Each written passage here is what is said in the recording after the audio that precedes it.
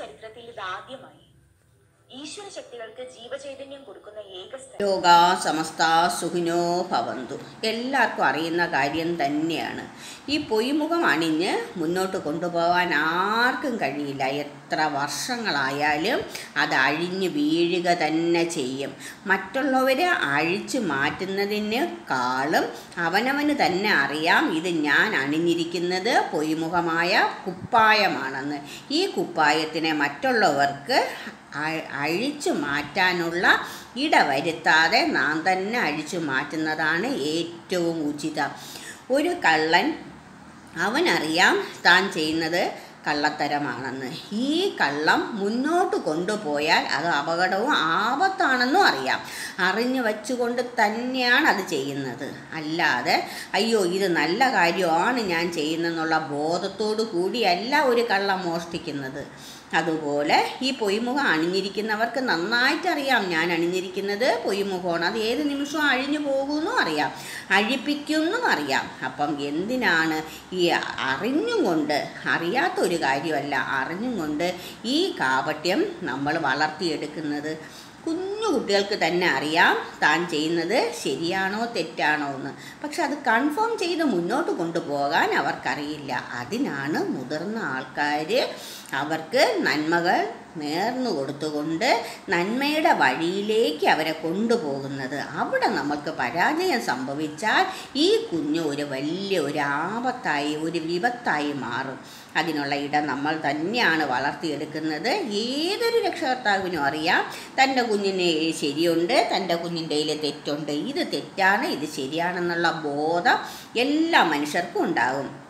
ഒരു കുഞ്ഞിനെ നമ്മൾ പ്രോത്സാഹിപ്പിക്കുമ്പോൾ, അതായത് തെറ്റിനെ പ്രോത്സാഹിപ്പിക്കുമ്പോൾ അവർ തെറ്റായി തന്നെ മാറും. ശരിയെ പ്രോത്സാഹിപ്പിക്കുമ്പോൾ അത് ശരിയായി തന്നെ മാറും.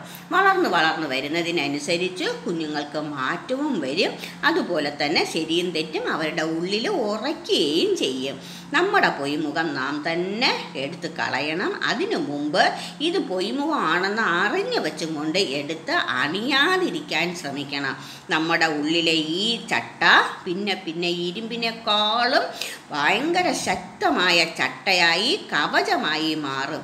ഈ കവചം നമ്മളെയും കൊണ്ടേ പോവും, നമ്മളെ നാശത്തിലേ നയിക്കൂ, നമ്മുടെ ദുരിതത്തിലേ നയിക്കൂ.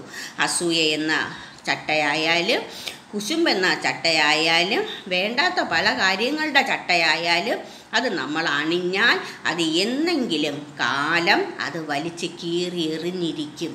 അതിന് ഒരു സംശയവും വേണ്ട, അതിനുള്ള ഇടവരുത്താൻ പാടില്ല. നമ്മൾക്ക് തന്നെ അതറിയാം. ഇതിനധികം ആയുസില്ല, അല്ലെങ്കിൽ നാശമേ ഉള്ളൂ. നമ്മുടെ സൽപ്പേര് മുഴുവനായി മാറ്റും അതിനുള്ള കഴിവ് ഈ ചട്ടയ്ക്കുണ്ട് എന്നുള്ള ബോധം നമ്മുടെ മനസ്സിലുണ്ടായിരിക്കണം. അതോടുകൂടി നമ്മൾ അണിയാനെടുത്ത ഈ ചട്ടയെ നമ്മൾ തന്നെ വലിച്ചെറിയും. ലോകത്ത് ഒന്നുമേ നിലനിന്നിട്ടില്ല, ഇതുപോലുള്ള ഒരു കാര്യവും വളരെ കാലം നീണ്ടു നിന്നിട്ടില്ല. നീണ്ടു നിൽക്കുന്നത് സത്യം മാത്രം, ഈശ്വരൻ മാത്രം. ഈശ്വരന് ഒരിക്കലും നാശമില്ല, സത്യത്തിന് ഒരിക്കലും നാശമില്ല. സത്യത്തിനകത്ത് ഒരു കള്ളവും ഇല്ല.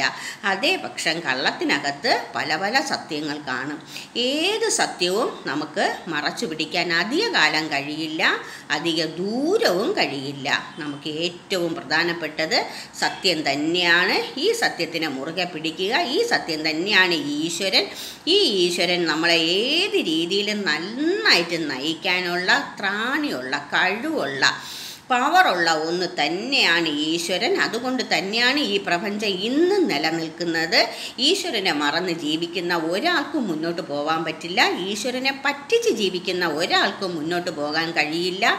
അങ്ങനെ കഴിഞ്ഞെന്ന് തോന്നുന്നെങ്കിലും അതിന് ആയുസ് കാണില്ല.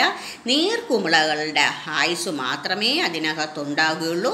തൻ്റെ മനസാക്ഷിയെ വഞ്ചിച്ച് ആർക്കും മുന്നോട്ട് പോയി എല്ലാം നേടാം എന്ന് വിചാരിക്കുന്നതിൽ പരം മൂഢത്തരം വേറെ ഒന്നുമില്ല. അവസാനം ഒരു വാക്കിലങ്ങ് ഒതുക്കും. അയ്യോ എനിക്കിത് അറിയില്ലായിരുന്നു എന്നുള്ള രീതിയിൽ ഒതുക്കുകയാണെങ്കിലും ആരും ഉണ്ടാവില്ല.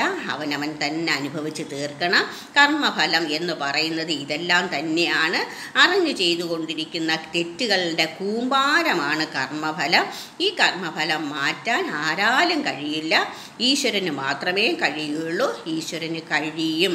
അതിന് നമ്മൾ തന്നെയാണ് ശ്രമിക്കേണ്ടത്. നമ്മൾ ശ്രമിക്കുക, ഭഗവാൻ കൂടെ ഉണ്ടാവും. എല്ലാ പ്രശ്നങ്ങളും നമുക്ക് മാറ്റിത്തരും, എല്ലാ ദുരിതങ്ങളും നമുക്ക് മാറ്റിത്തരും, എല്ലാ ദുഃഖങ്ങളും മാറ്റിത്തരും, എല്ലാ രോഗങ്ങളും മാറ്റിത്തരും. എല്ലാത്തിനും കഴിയുന്നത് ഭഗവാന് മാത്രം. ഭഗവാനെ ഇറുക്ക പിടിക്കുക, എല്ലാ ഭാഗ്യവും നേടിയെടുക്കുക. എല്ലാവർക്കും ഇത് കിട്ടുന്ന കാര്യം തന്നെയാണ്. ആർക്കും പ്രത്യേകിച്ച് അതിന് പ്രത്യേക നിയമങ്ങളോ നിർദ്ദേശങ്ങളോ ഒന്നും തന്നെ ഇല്ല. ഒരേ ഒരു വഴി, നേരായ വഴി. ആ നേരായ വഴിയിലൂടെ പോയി ഈ പൊയ്മുഖത്തിന് ദൂരെ വലിച്ചെറിയുക. എല്ലാവർക്കും ഈ മഹാഭാഗ്യം ഭഗവാന് കൊടുക്കാൻ കഴിയും, എടുക്കാൻ കഴിയും, എടുക്കണം. എല്ലാവർക്കും കിട്ടും. ലോകാ സമസ്താ സുഖിനോ ഭവന്തു. ലോക ചരിത്രത്തിൽ ഇതാദ്യമായി ഈശ്വര ശക്തികൾക്ക് ജീവചൈതന്യം കൊടുക്കുന്ന ഏക സ്ഥലം. ഇതൊരു ചരിത്രത്തിലും രേഖപ്പെടുത്തിയിട്ടില്ല. ഇതിനു മുൻപ് കേൾവി പോലുമില്ല. കലിയുഗ അവതാരത്തിന്റെ ലക്ഷ്യം തന്നെ ഈശ്വര ശക്തികൾക്ക് പുനർചൈതന്യം കൊടുക്കുക എന്നതാണ്. ഇതിലൂടെ മനുഷ്യർക്കും എല്ലാ ജീവജാലങ്ങൾക്കും എല്ലാത്തിനും ഇത് പരമമായ സത്യമാണ്. അനുഭവത്തിൽ മാത്രം വിശ്വസിച്ചാൽ മതി. ഇതാ മഹാ അത്ഭുതങ്ങൾ ഭാരതിയമ്മയിലൂടെ എത്തുന്നു.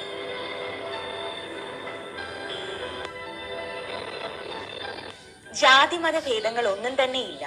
ആർക്കാണോ ഈ മഹാഭാഗ്യം ഏറ്റുവാങ്ങാൻ വിധിയുള്ളവർ അവർ വരട്ടെ.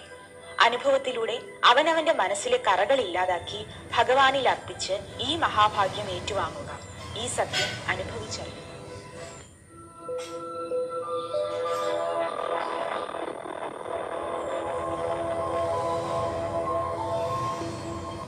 ഇവിടെയുള്ള ദൈവത്തിന്റെ പേര് ജനകത ഔഷന്നു ഇലുഷനും ജനകത ഔഷന്നു ഇലു ഇഷാനിയുമാണ്. ഇതിനു പുറമെ നവജകന്മ എന്ന പുതിയ സൃഷ്ടിയുമുണ്ട്. അത് ഓരോ ഈശ്വര ശക്തിയുടെയും ജീവചൈതന്യ രൂപത്തിൽ നിന്ന് ഉടലെടുത്തതാണ്. ഈ നവജകന്മ ഇവിടെ വരുന്ന ഓരോ സ്ത്രീകളുടെയും ശരീരത്തിൽ പ്രവേശിക്കുന്നു. അവരിൽ നിന്ന് ഈ സൃഷ്ടി ഭാരതിയമ്മയുടെ ശരീരത്തിൽ പ്രവേശിച്ച് ചൈതന്യമെടുക്കുന്നു. അത് ഇവിടെ വരുന്ന എല്ലാവർക്കും അറിയാം. അനുഭവത്തിലൂടെ മാത്രം വിശ്വസിച്ചാൽ മതി. ഈ മഹാഭാഗ്യം ഏറ്റുവാങ്ങാൻ വിധിയുള്ളവർ വരട്ടെ.